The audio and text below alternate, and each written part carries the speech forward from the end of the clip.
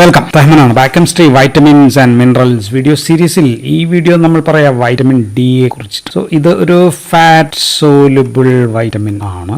ADE&K ആണ് fat soluble vitamins എന്ന് നമുക്കറിയാം. ആൻഡ് ഇതിന്റെ മറ്റൊരു പേര് സൺഷൈൻ ആൻഡ് ആന്റി റക്കൈറ്റിക് വൈറ്റമിൻ എന്നും പറയും. കാരണം റിക്കറ്റ്സ് എന്ന് പറയുന്ന പിള്ളേരിൽ ഉണ്ടാവുന്ന രോഗമാണ്. അത് ഉണ്ടാവുന്നത് വൈറ്റമിൻ ഡിയുടെ അഭാവം, കുറവ് ഒക്കെ മൂലമാണ്. അതുകൊണ്ടാണ് ഇതിന് ആന്റി റക്കൈറ്റിക് വൈറ്റമിൻ എന്ന് പറയാം. And vitamin D is also as A hormone ആയിട്ടും പറയാം. വൈറ്റമിനും ആണ്, ഹോർമോണും ആണ്. കാരണം സ്കിൻ വെച്ചിട്ടുണ്ടാവുന്നു, അത് ബ്ലഡിലൂടെ എത്തി ശരീരത്തിന്റെ മറ്റു ഭാഗങ്ങളിലൊക്കെ എത്തിയിട്ട് പ്രവർത്തിക്കുന്നതുകൊണ്ട് സാധാരണ ഹോർമോൺ അങ്ങനെയാണല്ലോ. അതുകൊണ്ട് ഇറ്റ്സ് എ ഹോർമോൺ ആണെന്ന് പറയാം. ആൻഡ് മാത്രമല്ല സ്റ്റിറോയിഡ് റിംഗ് ഉണ്ട്, ഞാൻ പറയാം. സോ സ്റ്റിറോയിഡ് റിംഗ് ഉള്ള ഹോർമോണുകൾ പ്രവർത്തിക്കുന്ന രീതിയിലാണ് പ്രവർത്തിക്കുക. സ്റ്റിറോയിഡ് റിംഗ് ഉള്ള ഹോർമോൺ ഈസ്ട്രജൻ, പ്രൊജസ്റ്ററോൺ ഒക്കെ പ്രവർത്തിക്കുന്നത് nuclear or intra cellular receptors വഴിയാണ് പ്രവർത്തിക്കുക. സോ ഇതും അതേപോലെയൊക്കെയാണ് പ്രവർത്തിക്കുന്നത്. അപ്പോൾ വൈറ്റമിനും ആണ്, ഓൾസോ അതേസമയം തന്നെ ഹോർമോണായിട്ട് നമുക്ക് കൺസിഡർ ചെയ്യാവുന്ന ഒന്നാണ് vitamin D. And vitamin D നമ്മൾ പറഞ്ഞു സ്റ്റിറോയിഡ് ലൈക്ക് റിംഗ് എന്ന് പറയുമ്പോൾ ഒരു 4 റിംഗ് ഒക്കെ ഉള്ള ഒരു ഇങ്ങനെ 4 റിംഗും ഒക്കെ ഉള്ള സ്ട്രക്ചറാണ്. നിങ്ങൾക്ക് അറിയാം എന്ന് ഞാൻ വിചാരിക്കുന്നു. ഇങ്ങനെയൊക്കെ ഉണ്ട്, പിന്നെ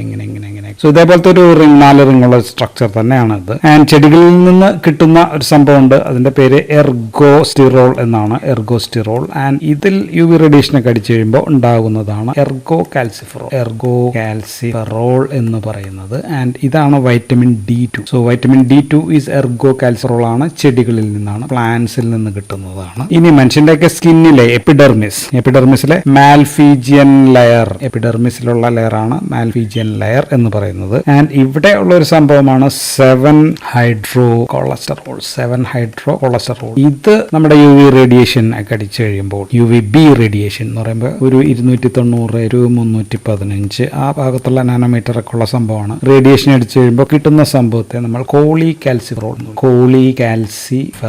എന്നാണ് നമ്മൾ അതിനെ വിളിക്കുക. ഇതാണ് vitamin D3. So vitamin D2 ഉണ്ട്, വൈറ്റമിൻ D3 ഉണ്ട്. ഇത് ചെടികളിൽ നിന്നാണ്, ഇത് മനുഷ്യനിൽ അല്ലെങ്കിൽ അനിമൽ സോഴ്സിൽ നിന്നാണ്. അപ്പോൾ പ്ലാന്റിൽ നിന്ന് കിട്ടുന്നതും ഈ അനിമലിന്റെ സ്കിന്നിൽ നിന്ന് നമുക്ക് UV എക്സ്പോഷർ വഴി കിട്ടുന്ന കോളികാൽസിഫെറോൾ, ഇതൊക്കെയാണ് പ്രധാനപ്പെട്ട സോഴ്സസ് ഓഫ് വൈറ്റമിൻ ഡി.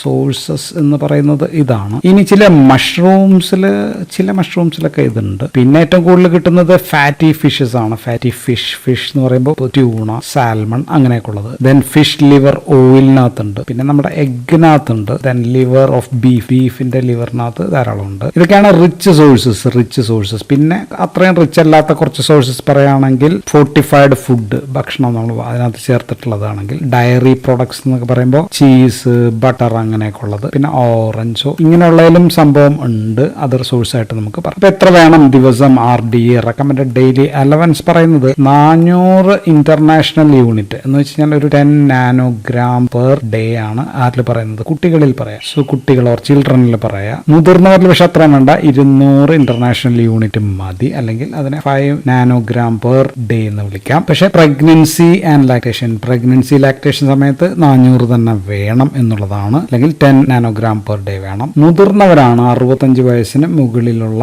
ആൾക്കാരാണെങ്കിൽ, എബോവ് 65 ആണെങ്കിൽ കൂടുതൽ വേണം, 600 ഇന്റർനാഷണൽ യൂണിറ്റ് വേണം. എന്ന് പറയുമ്പോൾ ഒരു 15 നാനോഗ്രാം പെർ ഡേ വേണ്ടി വരും എന്നുള്ളത്. അപ്പൊ രാവിലെ ഒരു 10 മണിക്ക് മുമ്പും വൈകുന്നേരം ഒരു 3 മണിക്ക് ശേഷമുള്ള ഇളം വെയിൽ എന്ന് വെച്ചാൽ സേഫ് സൺ. സോ അതൊരു 5 to 10 മിനിറ്റ് നേരം ആഴ്ചയിൽ ഒരു 2 ദിവസം, 2 days, 2/7 നമുക്ക് എഴുതാം. ഒരു 10 മിനിറ്റ് വീതം കൊണ്ടാൽ നമുക്ക് ആവശ്യത്തിനായിട്ടുള്ള വൈറ്റമിൻ ഡി കിട്ടും എന്നുള്ളതാണ് ഒരു കണക്ക്. ഇനി ഇവരുടെ അബ്സോർഷൻ, GAT എന്നുള്ള absorption, it's A fat soluble vitamin ആണ്. അപ്പോൾ സാധാരണ രീതിയിൽ മറ്റേ ലിവറിൽ നിന്ന് വരുന്ന ബൈൽ ആസിഡ്സ് ഉണ്ടാവണം, മിസെല്ലെ ഫോം ചെയ്യണം. അങ്ങനെയൊക്കെ ഫോം ചെയ്ത് കഴിഞ്ഞാൽ അപ്പർ GAT, മിക്കവാറും ഡിയോഡിനം, അവിടെ നിന്നായിരിക്കും ഇത് കൂടുതലായിട്ട് അബ്സോർബ് ചെയ്ത് കഴിഞ്ഞാൽ പോകുന്നത്. അപ്പൊ ലിംഫാറ്റിക്സിലേക്കാണ് മറ്റ് ഫാറ്റ് സോലുബിൾ വൈറ്റമിൻ ഒക്കെ പോലെ തന്നെ ലിംഫാറ്റിക്സ് അല്ലെങ്കിൽ ലിംഫിലേക്ക് പോകുന്നു. അങ്ങനെ ലാസ്റ്റ് ബ്ലഡിൽ എത്തിയിട്ടാണ് ബാക്കിയുള്ളടത്തേക്ക് എത്തുക. സോ അവസാനം അത് ലിവറിലെത്തും. ലിവറിൽ വൈറ്റമിൻ ഡി ഗ്ലോബുലിൻ എന്ന് പറയുന്ന ഒരു പ്രോട്ടീൻ ഉണ്ട്, അല്ലെങ്കിൽ DBP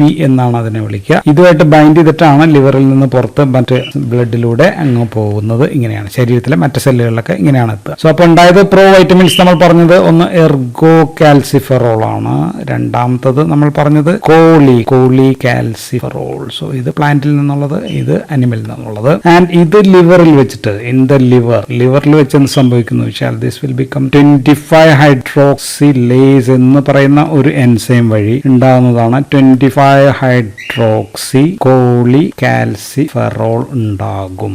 ആൻഡ് ഇതിന് മറ്റൊരു പേര് ഇപ്പോൾ കാൽസി ഡയോൾ, 2 ഹൈഡ്രോക്സി ഗ്രൂപ്പ് ഉള്ളതുകൊണ്ടാണ് കാൽസി ഡയോൾ എന്ന് പറയാ. സോ ഇതാണ് ഇതിന്റെ deport form and also storage form and also travelling, I mean ബ്ലഡിലൂടെ കടന്നു പോകുന്ന ഫോം അല്ലെങ്കിൽ ട്രാൻസ്പോർട്ട് ഫോം. ട്രാവലിംഗ് അല്ല, ട്രാൻസ്പോർട്ട് ഫോം എന്ന് പറയുന്നത് ഇതാണ്. ഇനി ഇത് എത്തുന്നത് കിഡ്നിയിലെത്തുകയാണെന്ന് വെച്ചോ.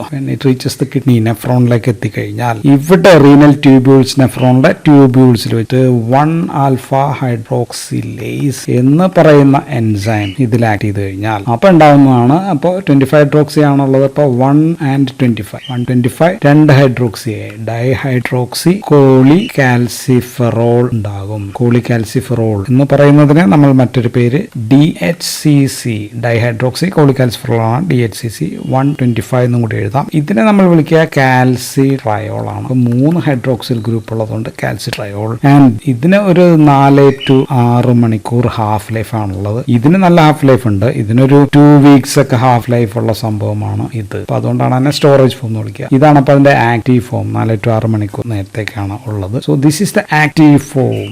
ആക്റ്റീവ് ആയിട്ടുള്ള ഏറ്റവും active form of the vitamin D എന്ന് പറയുന്നത് ഇതാണ്, കാൽസിട്രയോൾ ആണ്. പിന്നെ വൈറ്റമിൻ ഡിയുടെ ബയോളജിക്കൽ റോൾ അല്ലെങ്കിൽ ഫങ്ഷൻസ് നമ്മൾ പറഞ്ഞു കഴിഞ്ഞാൽ ആൻഡ് പ്രധാനപ്പെട്ട ജോലി എന്താണെന്ന് വെച്ചാൽ regulation of calcium and phosphate. ഇതിന്റെ രണ്ടിന്റെയും ലെവൽ റെഗുലേറ്റ് ചെയ്യുക, ശരീരത്തിനകത്ത് റെഗുലേറ്റ് ചെയ്യുക എന്നുള്ളതാണ് പ്രധാനപ്പെട്ട ജോലി. അപ്പൊ ഇതിന് പാരാതോർമോൺ എന്ന് പറയുന്ന ഒരു ഹോർമോൺ ഉണ്ട്, കാൽസിറ്റോണിൻ എന്ന് പറയുന്ന, രണ്ടും തൈറോയ്ഡ് ഗ്ലാൻഡിൽ നിന്നുള്ള. ഇതിന്റെ ഹെൽപ്പ് നമുക്ക് വേണം, ആവശ്യമുണ്ട്. പക്ഷെ ആ കാര്യങ്ങൾ നമ്മൾ ഇവിടെ അധികം പറയുന്നില്ല, ബിക്കോസ് അതും കൂടി പറഞ്ഞാൽ വീഡിയോ നീണ്ടുപോകും. ആൻഡ് വൈറ്റമിൻ ഡി അപ്പോൾ പ്രവർത്തിക്കുന്നത് ഇതിനു വേണ്ടി 3 സ്ഥലങ്ങളിലാണ് പ്രധാനമായിട്ടും പ്രവർത്തിക്കുക.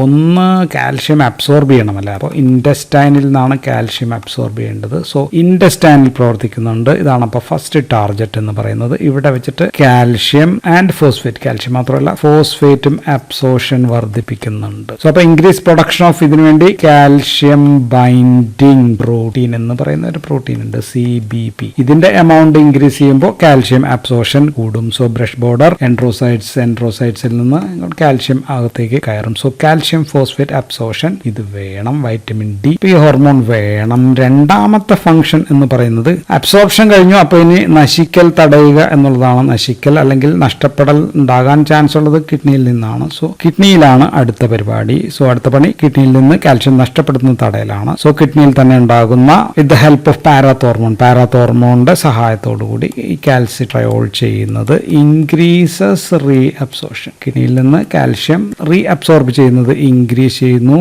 സോ കാൽഷ്യം റീനൽ ട്യൂബ്യൂൾസിൽ വെച്ചിട്ട് കൂടുതൽ റീ അബ്സോർബ് ചെയ്യുമ്പോൾ ബ്ലഡിനകത്ത് കൂടും, അപ്പോഴും കാൽഷ്യം കൂടും. മൂന്നാമത്തത് ജോലി ചെയ്യുന്നത് ഇതുകൊണ്ട് കാൽഷ്യം കൊണ്ട് വെക്കുന്നത് എല്ലുകളിലാണ്. So important information of bone. So ബോണിലാണ് മൂന്നാമത്തതിന് പണി. ആൻഡ് ഇത് ആക്ച്വലി ഇൻക്രീസസ് 2 കാര്യം ചെയ്യുന്നുണ്ട്. ഓസ്റ്റിയോക്ലാസ്റ്റിക് ആക്ടിവിറ്റിയും കൂടുന്നുണ്ട്, പക്ഷെ ഇൻക്രീസസ് ഓസ്റ്റിയോബ്ലാസ്റ്റിക് ആക്ടിവിറ്റി. ഇതാണ് കൂടുതലായിട്ട് നടക്കുക. കാരണം ബോൺ ഉണ്ടാവുക എന്ന് വെച്ച് കഴിഞ്ഞാൽ റിസോർപ്ഷൻ നടക്കുന്നുണ്ട്, മിനറലൈസേഷൻ നടക്കുന്നുണ്ട്. സോ നെറ്റ് എഫക്ട് എന്ന് പറയുന്നത് ഓസ്റ്റിയോബ്ലാസ്റ്റിക് ആക്ടിവിറ്റി വർദ്ധിപ്പിക്കുക എന്നുള്ളതാണ്, ഇത് കൂടുതലാക്കുക. സോ ബോൺ മിനറലൈസേഷൻ നടക്കും ആൻഡ് ഡിക്രീസസ് ഡിപ്ലീഷൻ ഓഫ് കാൽഷ്യത്തിന്റെ depletion and also phosphate from ബോണിൽ നിന്ന് തടയുന്നു. സോ ബോൺ ഫോർമേഷന് സഹായിക്കുന്നു. ഇത് മൂന്നുമാണ് പ്രധാനപ്പെട്ട function and this are by through calcium and phosphate regulation വഴിയാണ്. ഇനി ഇതല്ലാതെ നാലാമത്തെ നമുക്ക് പറയാവുന്ന പല്ലുകളിൽ ടീത്തിനകത്ത് ഇനാമൽ ഉണ്ടാക്കണം, ഡെന്റൈൻ എന്ന് പറയുന്ന സംഭവം. സോ ഇതിന്റെയൊക്കെ ഫംഗ്ഷൻ സഹായിക്കുന്ന പരിപാടിയുണ്ട്. അഞ്ചാമത്തത് മെറ്റബോളിക് ആക്ടിവിറ്റീസ് ആണ്. ഉദാഹരണത്തിന് HDL ലെവൽ കൂട്ടുക, അതിന് പ്രോ ആയിട്ട് ആക്റ്റീവ് ചെയ്യും, പ്രോ മോഡുലേറ്റർ ആണ്. LDL കൊളസ്ട്രോൾ കുറയ്ക്കുക എന്നുള്ളതിനും പ്രോ മോഡുലേറ്റർ ആണ്. സോ അപ്പോൾ ബാഡ് കൊളസ്ട്രോൾ ഒക്കെ കുറയാനായിട്ടുള്ള സാധ്യതയുണ്ട്. പിന്നെ മറ്റു പല ഫംഗ്ഷൻസ് ഒന്ന് ക്യാൻസർ സാധ്യതകൾ കുറയ്ക്കാനുള്ള ചാൻസ് ഉണ്ട്, ഡിക്രീസ് ഹൈപ്പർ ടെൻഷൻ കുറയ്ക്കാം, കൊറോണറി ആർട്ടറി ഡിസീസസ് അങ്ങനെയൊക്കെയുള്ള ഡിസീസസ് കുറയ്ക്കുന്ന പരിപാടിയുണ്ട്. പെരിഫറൽ വാസ്കുലർ ഡിസീസസ്, ഇതിനൊക്കെ ഇത് വളരെയധികം ഹെൽപ്ഫുൾ ആണ് എന്നുള്ളതാണ്. ആറാമത്തെ എന്ന് പറയുന്നത് സ്കിന്നിനകത്താണ്. സ്കിന്നിനകത്ത് ഡിഫറൻസിയേഷൻ ഓഫ് കെരാറ്റോസൈറ്റ്സിന് ഹെൽപ്പ് ചെയ്യുന്നുണ്ട്. സോ അപ്പൊ അതുകൊണ്ടാണ് സോറിയാസിസ് എന്ന് പറയുന്ന രോഗങ്ങളിൽ ഇത് ഹെൽപ്ഫുൾ ആവുന്നത്. ഇതും ഇതിന്റെ സംഭവങ്ങളൊക്കെ. ദെൻ ഏഴാമത്തായിട്ട് നമുക്ക് എഴുതാവുന്നത് ഹെയർ, രോമത്തിലുള്ള അതിന്റെ maturation or functions in hair ഫോളിക്കിൾസിനകത്തേക്കൊക്കെ ഇതിന് പ്രധാനപ്പെട്ട ഇമ്പോർട്ടന്റ് റോൾ റോൾ ഉണ്ട്. ദെൻ എട്ടാമത്തെ ഹീമോപോയിസിസിനകത്തും ഇതിന് പ്രധാനപ്പെട്ട റോളുകളൊക്കെ ഉണ്ട്. അതുകൊണ്ട് അനീമിയ അങ്ങനെയൊക്കെയുള്ള സംഭവങ്ങളിൽ സഹായിക്കും. ദെൻ ഒമ്പതാമത്തത് ഇനി ഇമ്മ്യൂണിറ്റിയാണ്. ഇമ്മ്യൂണിറ്റിയിൽ റോളില്ലെന്ന് വെച്ചാൽ ഡിഫറൻസിയേഷൻ ഓഫ് ഇമ്മ്യൂൺ സെൽസിന് ഇത് ഇമ്പോർട്ടന്റ് ആണ്. സോ മോഡുലേഷൻ ഓഫ് ഇമ്മ്യൂൺ റെസ്പോൺസിനും ഇതിന്റെ സഹായം, വൈറ്റമിൻ ഡിയുടെ സഹായം ആവശ്യമുണ്ട്. അപ്പോൾ എപ്പോഴൊക്കെ വൈറ്റമിൻ ഡിയുടെ ഡെഫിഷ്യൻസി ഉണ്ടാകാം എന്ന് വെച്ച് കഴിഞ്ഞാൽ ഇപ്പൊ സൂര്യപ്രകാശം കൃത്യമായിട്ട് ലഭിക്കാത്ത സാഹചര്യങ്ങളിൽ ഉണ്ടാകാം. രണ്ട്, ന്യൂട്രീഷണൽ ഡെഫിഷ്യൻസി കണ്ടീഷൻസ് വന്നു കഴിഞ്ഞാൽ ഉണ്ടാകാം. മാലബ്സോർഷൻ സിൻഡ്രോം അങ്ങനെയുള്ള കണ്ടീഷൻ, ക്രോണിക് ആൽക്കഹോളിസം അങ്ങനെയൊക്കെയുള്ള മദ്യപാനം അങ്ങനെയൊക്കെയുള്ള സംഭവങ്ങൾ. ഭക്ഷണത്തിൽ ഇപ്പൊ ഫൈറ്റേറ്റ്സ് കൂടുതലാണെങ്കിൽ ഇത് ഡിക്രീസ് ചെയ്യാം, അബ്സോർഷൻ കുറയാം. ലിവറിന്റെയും കിഡ്നി ആൻഡ് റീനൽ ഡിസോർഡേഴ്സ് ഇവിടെ രോഗങ്ങളുണ്ടെങ്കിൽ, ബിക്കോസ് ഇവിടെ നിന്ന് ഒരു ഹൈഡ്രോക്സിലേസ് ഇവിടെ നിന്ന് മറ്റൊരു ഹൈഡ്രോക്സിലേസ് ഒക്കെ ഉണ്ടാകുന്നുണ്ട്, അങ്ങനെയുള്ള പ്രശ്നങ്ങൾ ഉണ്ടെങ്കിൽ സംഭവം നടക്കില്ല. ദെൻ ചില എപ്പിലെപ്റ്റിക് മരുന്നുകൾ, ഉദാഹരണത്തിന് ഫിനോബാർബിറ്റോൺ തുടർച്ചയായിട്ട് കഴിച്ചു കഴിഞ്ഞാൽ ഇതിനുള്ള പ്രശ്നം ഉണ്ടാക്കാം. കിഡ്നിയിലെ ഫോസ്ഫേറ്റ് കുറയുന്ന ഘട്ടങ്ങളിൽ, സോ ഇങ്ങനെയൊക്കെയുള്ള ഘട്ടങ്ങളിലാണ് വൈറ്റമിൻ ഡി ഡെഫിഷ്യൻസി ഉണ്ടാകാൻ ഇടയുണ്ടെങ്കിൽ ഉണ്ടാകുന്നത്. ഇപ്പോൾ വൈറ്റമിൻ ഡി ഡെഫിഷ്യൻസി ഉണ്ടായാൽ 1 to 3 years ഇതിനിടയിലുള്ള പിള്ളേരിൽ ഉണ്ടായിക്കഴിഞ്ഞാൽ ഉണ്ടാകുന്ന രോഗമാണ് നമ്മൾ ആദ്യമേ പറഞ്ഞ റിക്കറ്റ്സ് എന്ന് പറയുന്ന രോഗം. പിള്ളേരിൽ ഉണ്ടാകുന്ന രോഗമാണ്. സോ അപ്പോൾ ഇതിന്റെ സിംറ്റംസ് ഓർ മാനിഫെസ്റ്റേഷൻസ് എന്തെല്ലാമാണ് എന്ന് പറഞ്ഞാൽ, 1 is craniotapes എന്ന് പറയും, and this is spongy skull bone, soft pliable skull bone എന്ന് പറയാം. Okay, so bone mineralization defective ആണ്. അപ്പൊ പിങ് പോങ് ബോൾ ഫീൽ എന്നൊക്കെ നമ്മൾ ഇതിന് പറയാറുണ്ട്. ഇപ്പൊ തല ഉറച്ചിട്ടില്ല എന്നൊക്കെ നമുക്ക് സിമ്പിൾ ആയിട്ട് വേണമെങ്കിൽ പറയാം. ദെൻ ഡിലേഡ് ക്ലോഷർ ഓഫ് ഫോണ്ടാനെല്ലേസ്, അല്ലെങ്കിൽ ആ ബ്രെയിൻ്റെ ഒക്കെ സ്യൂച്ചേഴ്സ് ബോൺ ഒക്കെ പതിയെ, അപ്പൊ ബൾജിങ് ഓഫ് ഫോണ്ടാനെല്ലെ അങ്ങനെയുള്ള പ്രശ്നങ്ങൾ വരാം.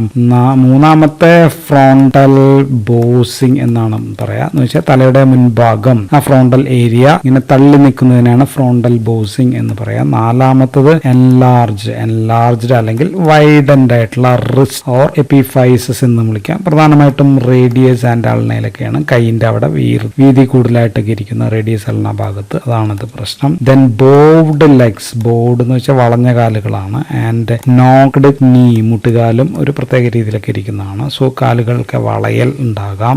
ദെൻ ആറാമത്തത് റാച്ചൈറ്റിക് റോസറി എന്നാണ് അതിനെ വിളിക്കുക. And bending of ribs of the റിബ്സിന്റെ അവിടെ, ഗാസ്ട്രോകോൺട്രൽ ജംഗ്ഷന്റെ അവിടെ റിബ്സിനുണ്ടാകുന്ന വളയൽ, ബെൻഡിങ്ങിനാണ് അത് പറയാ. ദെൻ ഏഴാമത്തത് ഹാരിസൺ സൾക്കസ് എന്ന് പറഞ്ഞു കഴിഞ്ഞാൽ ഹൊറിസോണ്ടൽ ഡിപ്രഷൻ അബ്ഡോമൻ ആണ്, കറസ്പോണ്ട് ടു ദ ഡയഫ്രം, ഇങ്ങനെ കുഴിഞ്ഞ് താഴത്തേക്ക് പോകുന്ന പോലെ ഇരിക്കുന്നതിനെയാണ് നമ്മൾ ഇത് വിളിക്കുക. ദെൻ പിന്നെ പറയാവുന്നത് പല്ലുകൾ പതിയെ വരുന്നതിന് നമുക്കപ്പോൾ ഡിലേഡ് ഡെന്റീഷൻ എന്ന് നമുക്ക് പറയാം. ദെൻ പിന്നെ ഒരു പ്രശ്നം ചെസ്റ്റിലാണ്. 9 പീജിയൻ ചെസ്റ്റ് എന്ന് പറഞ്ഞാൽ പ്രോമിനന്റ് ആയിട്ടുള്ള ഒരു സ്റ്റേണമായിട്ട് ബന്ധപ്പെട്ടുള്ള തകരാറുകളാണ്. പിന്നെ പൊക്കം കുറവൊക്കെ ആയിരിക്കാം, അതിന് നമുക്ക് ഷോർട്ട് സ്റ്റേച്ചർ എന്ന് പറയാം. സോ ഇതൊക്കെയാണ് ഈ റിക്കറ്റ്സിന്റെ പ്രധാനപ്പെട്ട ലക്ഷണങ്ങൾ. സോ ഇതാണ് ക്ലാസിക് റിക്കറ്റ്സ്. ഇതല്ലാതെ പിന്നെയും പലതരം റിക്കറ്റ്സ് ഉണ്ട്. ഉദാഹരണത്തിന് ഹൈപ്പോഫോസ്ഫേറ്റ് റിക്കറ്റ്സ് എന്ന് പറയുന്ന റിക്കറ്റ്സ് ഉണ്ട്. ഇവിടെ വൈറ്റമിൻ ഡി ആൻഡ് ഫോസ്ഫേറ്റ് ഒക്കെ കൊടുത്തു കഴിഞ്ഞാൽ ആ രോഗം മാറുന്ന ഒരു കണ്ടീഷനാണ്. ഫോസ്ഫേറ്റിന്റെ റീഅബ്സോർഷൻ ചെയ്യാത്തത് കൊണ്ട് ഉണ്ടാവുന്നതാണ്. രണ്ടാമത്തത്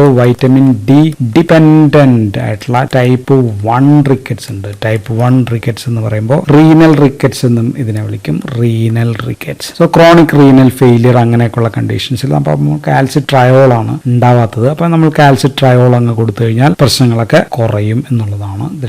മൂന്നാമത്തത് നമുക്ക് വൈറ്റമിൻ ഡി തന്നെ ഡിപെൻഡന്റ് ആണ്, ടൈപ്പ് 2 ആണ്. ടൈപ്പ് 2 റിക്കറ്റ്സ് അല്ലെങ്കിൽ ഇതിനെ നമ്മൾക്ക് എൻഡ് ഓർഗൻ റിഫ്രാക്ടറി റിക്കറ്റ്സ് അങ്ങനെയും നമ്മൾ വിളിക്കാറുണ്ട്. ഇതൊരു 4 to 15th month ആ സമയത്തൊക്കെ ഏജിൽ ഉണ്ടാകുന്ന സംഭവങ്ങളാണ്. ആൻഡ് വൈറ്റമിൻ ഡി റിസപ്റ്റേഴ്സ് ആണ് ഇവിടെ പ്രശ്നം. വൈറ്റമിൻ ഡിയുടെ റിസപ്റ്റേഴ്സ് ഒക്കെ ആയിട്ട് ബന്ധപ്പെട്ടിട്ടുള്ള പ്രശ്നമാണ് ഇത്. പിന്നെ ഉള്ളത് വൈറ്റമിൻ ഡി റെസിസ്റ്റന്റ് ആയിട്ടുള്ള റിക്കറ്റ്സ് എന്ന് പറയുന്ന ഒരു റിക്കറ്റ്സ് കൂടിയുണ്ട്. And associated with Fanconi syndrome. ഇത് വരുന്നത് ഫാങ്കോണി സിൻഡ്രോം എന്ന് പറയുന്ന സിൻഡ്രോമായിട്ട് അസോസിയേറ്റഡ് ആണ്. Renal tubular reabsorption of phosphate, bicarbonate, glucose അതിനൊക്കെ ഡെഫിഷ്യൻ, അമിനോ ആസിഡ്സോ ഒക്കെ ഡെഫിഷ്യന്റ് ആവും. ഇത് മെറ്റബോളിക് ആസിഡോസിസ് ആയിട്ട് ബന്ധപ്പെട്ടിട്ടൊക്കെ ഉണ്ടാവുന്നതാണ് vitamin D resistant rickets or associated with Fanconi syndrome. ഇനി മുതിർന്നവരിൽ എന്താണ് ഉണ്ടാവുന്നത് വെച്ച് കഴിഞ്ഞാൽ, കുട്ടികളിൽ റിക്കറ്റ്സ് ആണെങ്കിൽ മുതിർന്നവരിൽ ഓസ്റ്റിയോമലേഷ്യ എന്ന് പറയുന്ന പ്രശ്നമാണ് മുതിർന്ന ആൾക്കാരിൽ ഉണ്ടാകുന്നത്. ഇവർക്ക് സോഫ്റ്റ് ബോൺ ഉണ്ടായിരിക്കും, സോഫ്റ്റ് ബോൺ അല്ലെങ്കിൽ ഓൾസോ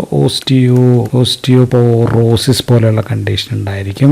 ഡീമെന്റലൈസേഷൻ മൂലം ഉണ്ടാവുന്നതാണ്. അപ്പൊ അതുകൊണ്ട് തന്നെ വേഗത്തിൽ എല്ലുകളൊക്കെ ഒടിയ ഈസി ഫ്രാക്ചർ വരാനുള്ള സാധ്യതയുണ്ട്. പിന്നെ ഒരു പ്രശ്നം ഒനിക്കോ മീൻസ് സംതിങ് റിലേറ്റഡ് ടു നെയിലാണ്. ഒനിക്കോലൈസിസ് എന്ന് പറയുമ്പോൾ നഖം ഭാഗത്തു നിങ്ങളുടെ ഇളകി പോകുന്ന തരം കണ്ടീഷൻസ് ആണ് ഒനിക്കോലൈസിസ് എന്നൊക്കെ പറയുന്നത്. സോ ഇതൊക്കെയാണ് നമുക്ക് വൈറ്റമിൻ ഡി കുറിച്ചിട്ട് പറയാനുള്ളത്. That's all in this video. Thank you for watching.